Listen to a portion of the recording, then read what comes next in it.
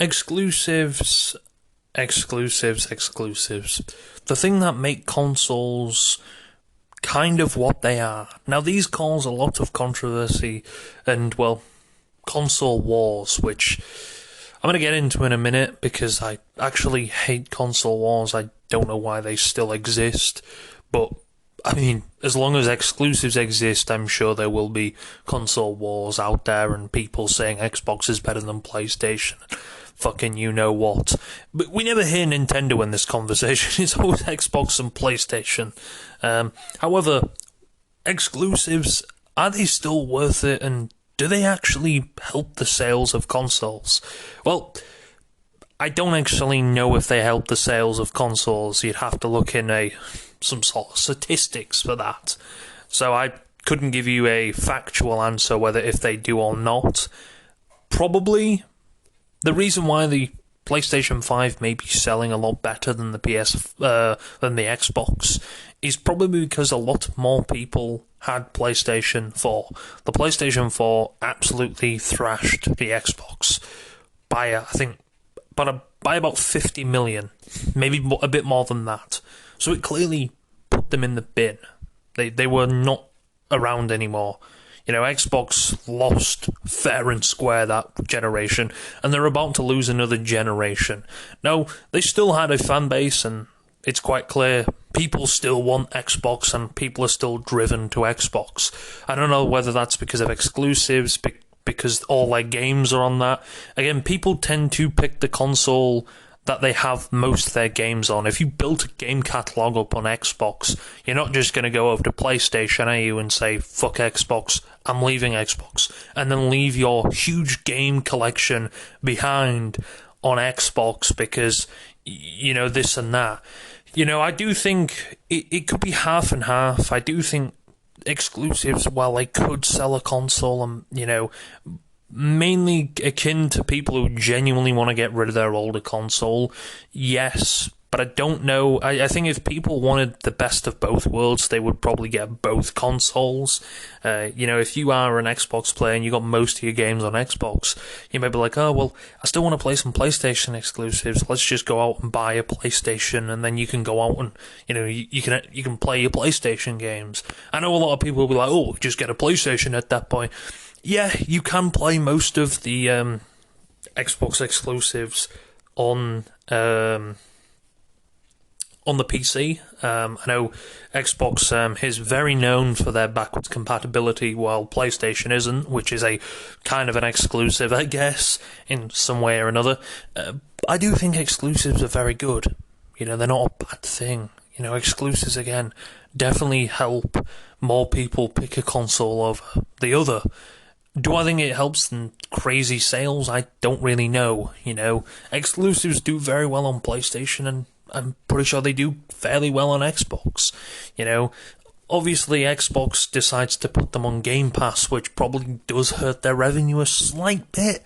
But again, I'm sure more people preferred to playing it like that, and they've realised it's probably the best way to go. I don't know if they actually lose money on that. You know, like Starfield was day one, and stuff like that. I think Hellblade 2 will be day one as well. So, you know, I don't know if this will affect their revenue or their profit from, you know, these Xbox exclusives. I know, you know, a lot. Then again, without exclusives, I don't think a lot of these games would really exist.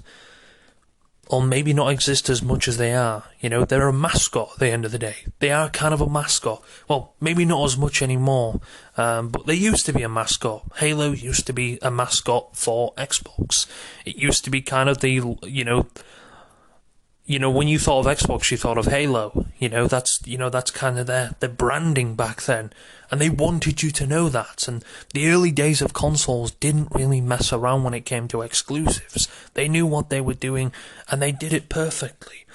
And then as the years went on, it's kind of become apparent that exclusives are kind of laid back now. While they're still good, a lot of story-driven exclusives. I know Helldivers is doing incredibly well, and a lot of people are enjoying it, and, you know, that's a great exclusive. Exclusives like that will do well. Well, kind of exclusives. It is on PC as well, and it's doing extremely well on PC. Now, obviously, there's a controversial take that putting games day one on PC will kill your console sales. Not exactly, but it really depends which games you do that on. I do think you should eventually release them on PC, like what Sony is doing.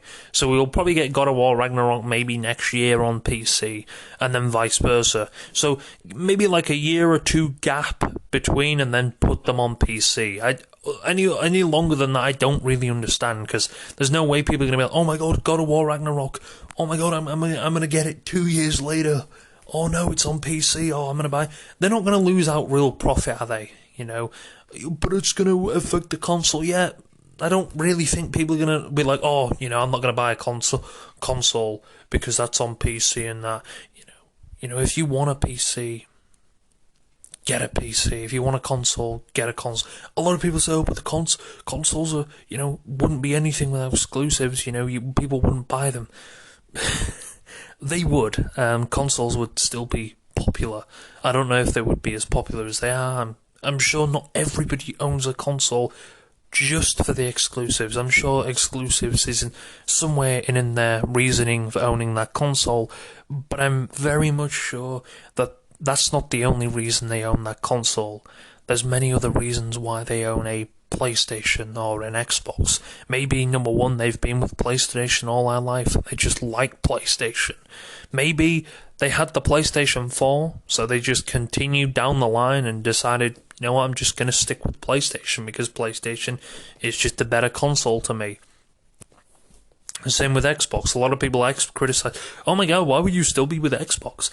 Maybe because they just have Xbox and they just like Xbox, you know? Not everyone has to have something because of an exclusive. Yeah, that's a nice little perk to it, to a lot of people. And it is to me. I don't actually play on Xbox just with exclusives. I play on Xbox because, well, number one, I have a lot of older games that I like to play, and I have a catalogue of games that I, you know, play quite a lot on Xbox, and I don't really want to move to Xbox and start again and rank up all my shit. I know Battlefield 1 I play a lot on Xbox. I don't want to rank up all my stuff on PlayStation again, you know? It's that type of thing. And I understand that a lot of people may, you know, pick a console over the exclusives.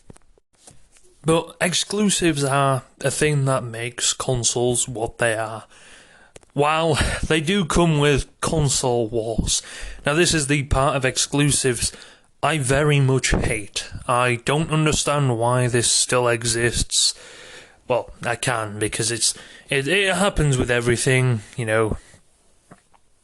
If you're someone who owns an iPhone, these days you get criticised for this and that. If you're someone who owns an Android, say Samsung or something like that, you get criticised for that. It's not just a console exclusive thing. You get criticised because you wear that brand or this or this or that. You know, you get criticised for everything these days you do. There's people say, oh, well, Nike is better than Adidas. Adidas is better than Nike. You know, things, you know, stupid things like that. And it, again, happens with a bunch of plastic with a bit of metal inside it, because people think one's better than the other because they have a few games better. Now, what you consider better, someone might not really like. You know, you got to understand that people have different preferences. Whether you say, oh, well, you got a mid-taste or this, you got this and this, which I know a lot of people will probably do. They'll probably say, you got a bad taste and stuff like that, which maybe they do, maybe they don't. You know, everyone's going to like something like that. You kind of got to understand. People are going to have different opinions to you, and that's just how you have to accept it. You don't get pissed off and say, oh, well, this console's better than this, and, you know, this and this and this. You know, I don't understand why people, you know, engage in console wars like that. It annoys me, because it makes me realise that, well, people just Do you think that Sony actually cares? Well, they probably do. They're probably like, haha, free promotion, type of thing. But Sony's not going to give you, they're not going to write you out a check for $10,000 and say thank you for riding our dick, something like that. They're not going to do that. They don't really give a shit. You're essentially helping a company become more richer. Maybe. I don't know if console wars actually push the sales of consoles that much. Most of them are just immature twats that clearly are chronically online, who sit on... half of them, especially on Twitter, they're the worst breed of console wars, or console warriors, or console warriors, or whatever you want to call them. Console twats, whatever you want to say, it gets out of hand. But they're the worst breed. You go on Twitter, you always see them accounts. They will, in other words, dick ride the fuck out of something like it's their entire life. And then when the company does something bad, then they shit on them. How are you gonna, be like, oh my god, the PlayStation's so good? I remember, was it last year?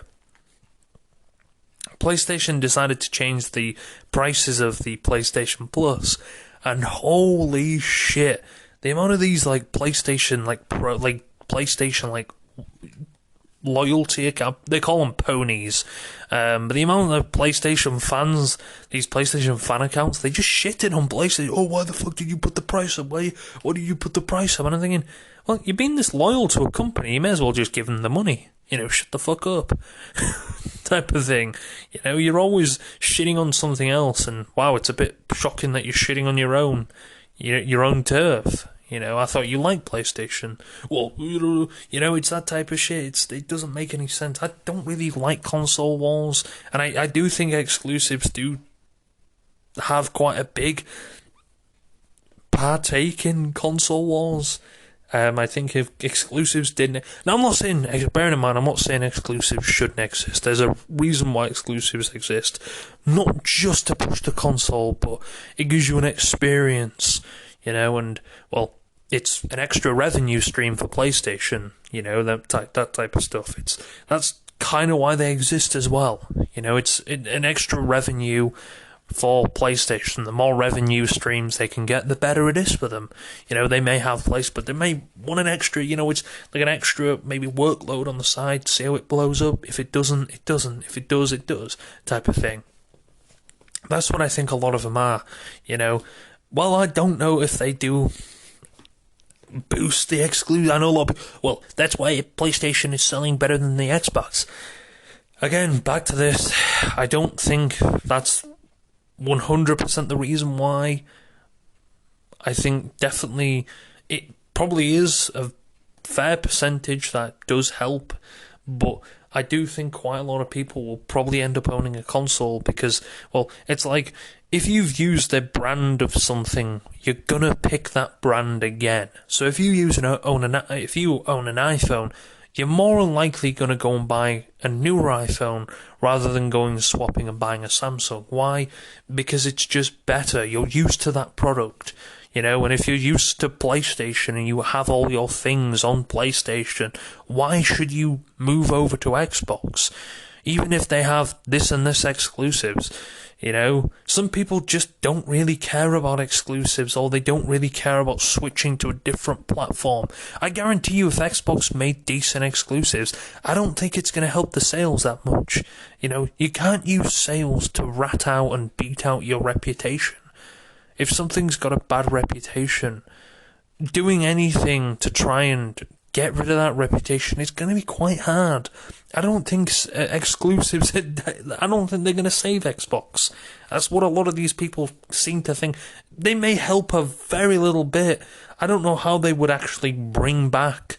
They've got to try and come out with something smart that, well, come here, it's better than PlayStation. We have something that's better than what PlayStation has. Come over here. Type of thing. And at the moment, well, they don't. Yeah, Game Pass is very good, even though it gets criticised every 5 seconds. I know a lot of people always criticise, Xbox, even if Xbox releases, I know there's apparently Gears of War 6, there's a Xbox showcase coming up in June. I'm sure there's going to be a few Xbox exclusives. I know Xbox they're getting rid of the whole exclusivity, apparently, which is not a good thing in my opinion. Maybe they've realised, exclusives clearly ain't selling our console. They know more statistics than we do, clearly. A lot of these console sales out there and stuff like this, the statistics, they get updated every maybe few months. It's obviously not as accurate as they think they are. But Microsoft must know something, that exclusives aren't helping them in any way or shape or form. So let's just sort of offload a few. Maybe that's why. Heck, if they're doing that, maybe PlayStation might think, well, shit, why are these guys doing this? Are they trying to sell something? And then maybe PlayStation they're not going to get, I don't know if they're going to drop their main exclusives. Having Halo on Xbox would be a bit of a weird turn, and I know a lot of, it's kind of funny this, because, PlayStation fans always sort of shit on Microsoft and Xbox for their exclusives, but as soon as them exclusives hit day one on PlayStation, they like them. So I don't think it's an exclusive problem when it comes to Xbox. You just hate the console, so you hate the exclusives with it. But if somebody hated on a PlayStation exclusive, you'd get all defensive, this type of thing. So it's the PlayStation fans, again, it's more akin to them, because they think that they're on this big cloud and better than everyone else. Yes, PlayStation has more sales. Well done. They have more revenue probably from the PlayStation Plus. Well done. Clearly you've got your medal. Well done. Okay? However, I do think that you just hate a console. I guarantee, again, if all them exclusives sweeped over, Forza, Halo, Gears of War, you name it, swept over to PlayStation, you'd be playing them day one. You fucking idiots. You don't hate the exclusives, you clearly hate the console. Just say that, plain as day. Now, yes, I do think Microsoft is definitely lacking in the exclusive department. They're not doing very well, and they need to be pushing more content out. But it's clear they may know something different. They may know that exclusives probably aren't doing as well for them as PlayStation. We don't know their reasoning. We don't know how well. I don't think them release, they're going to release a new exclusive. It's going to blow. It's not going to help with the sales that much, I don't think. In my opinion, anyway. I don't think, a lot of people say, it's going to help the sales. And I'm sure it helps the sales if you've built up a catalogue. But Microsoft, almost 4 years into the console life cycle, starting to make exclusives better, I don't think it'll work for them. Not that massive anyway. I love Xbox to build up its fan base and its reputation again, and build up, them people again. The people I lost. Because I guarantee you a lot of them people I lost during the Xbox 360 era are on PlayStation now. Or either that, or they just have both consoles. I have both consoles, and I actually enjoy them. I do have a PC as well, but it's all a preference at the end of the day, which console is better. And I know, obviously, some people, again, like exclusives. Some people don't. The main type of exclusive I do not like, and I will kind of always... there's always them... I know Call of Duty has probably been the biggest. I know before that they did have a deal with Xbox for a few years. I don't know what actually happened to that deal. I think they broke it away. And then obviously Sony came, okay, let's partner up. Let's make some fucking money. So obviously, brings more money to them. Great stuff. But really, they released, I think, a full Call of Duty. I think it was Modern Warfare 2 remastered, the campaign that they released in 2020. They released that a whole month earlier on fucking PlayStation. No, I get it. It's an exclusive and that. Really, a whole month? I mean, I know a lot of people are going to have their different opinions, but I do think that's the type of exclusive. It's like, really? You're kind of going a little bit too far, in my opinion.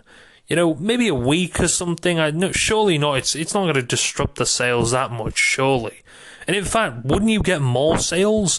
Because that would kind of break a lot of people away. Maybe in a month's time, a lot of people may forget that game is even out, or that game came out, type of thing.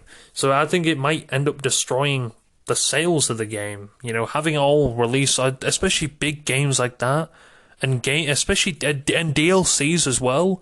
Anything that releases day one should really release on every platform's day one.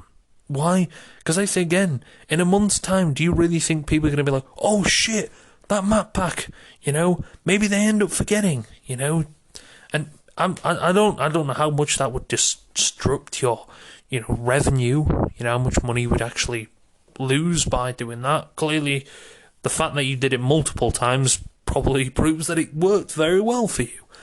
And the other type of exclusive is exclusive game modes. Again, I don't know why these exist.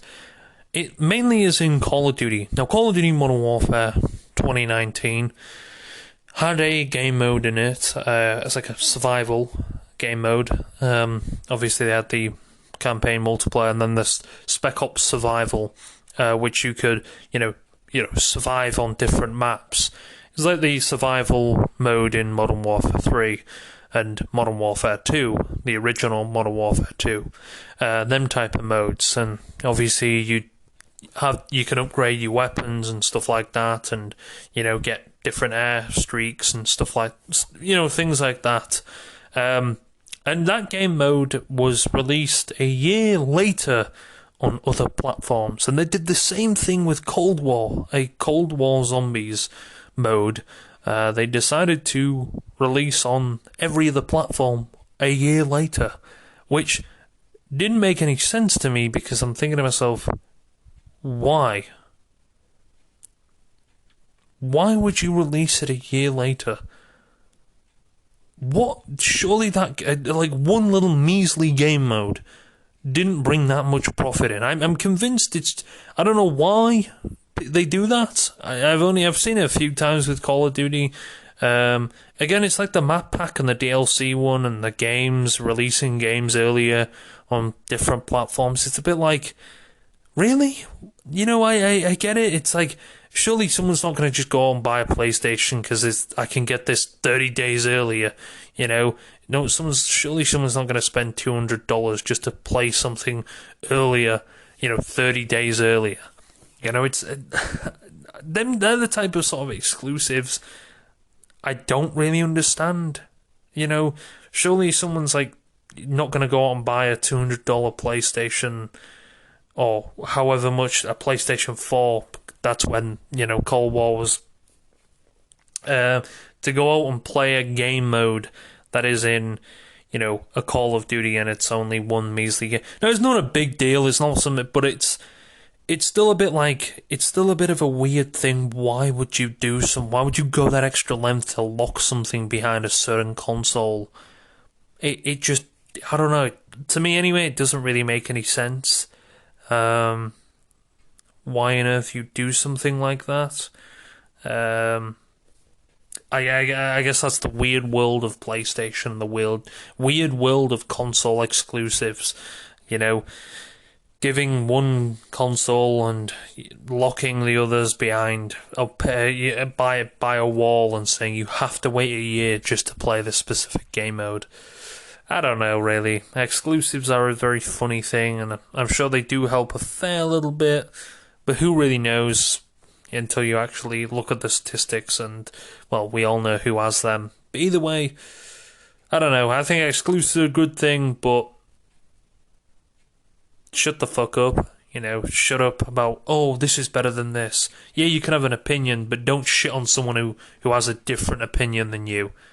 If I said I like Xbox, oh my god, Xbox is shit, PlayStation's better, that's the type of shit. I'm not going out and saying, ha, you own a PlayStation, you're shit, type of thing. It's like, respect. Yeah, you don't have to like it, but a bit of respect goes a long way. But it is what it is. That's how the console market, I guess, is built. At least it's not as bad as it was in the early 2000s. But shit, especially on Twitter, it's still quite bad. It is what it is, though. There's nothing you can really do about it. Exclusives probably ain't going anywhere for a long time. As long as PlayStation's still making money off the exclusives, they're going to keep pushing them. Which, I can't lie, they're very good exclusives. God of War, probably one of my favourite PlayStation exclusives out there. So I'm not really going to shit on it. It is what it is, though. If you like one console over the other, if that's your preference, go for it. Stick with it. Don't let anyone, judge you for your preference. But it is what it is. Stay safe out there.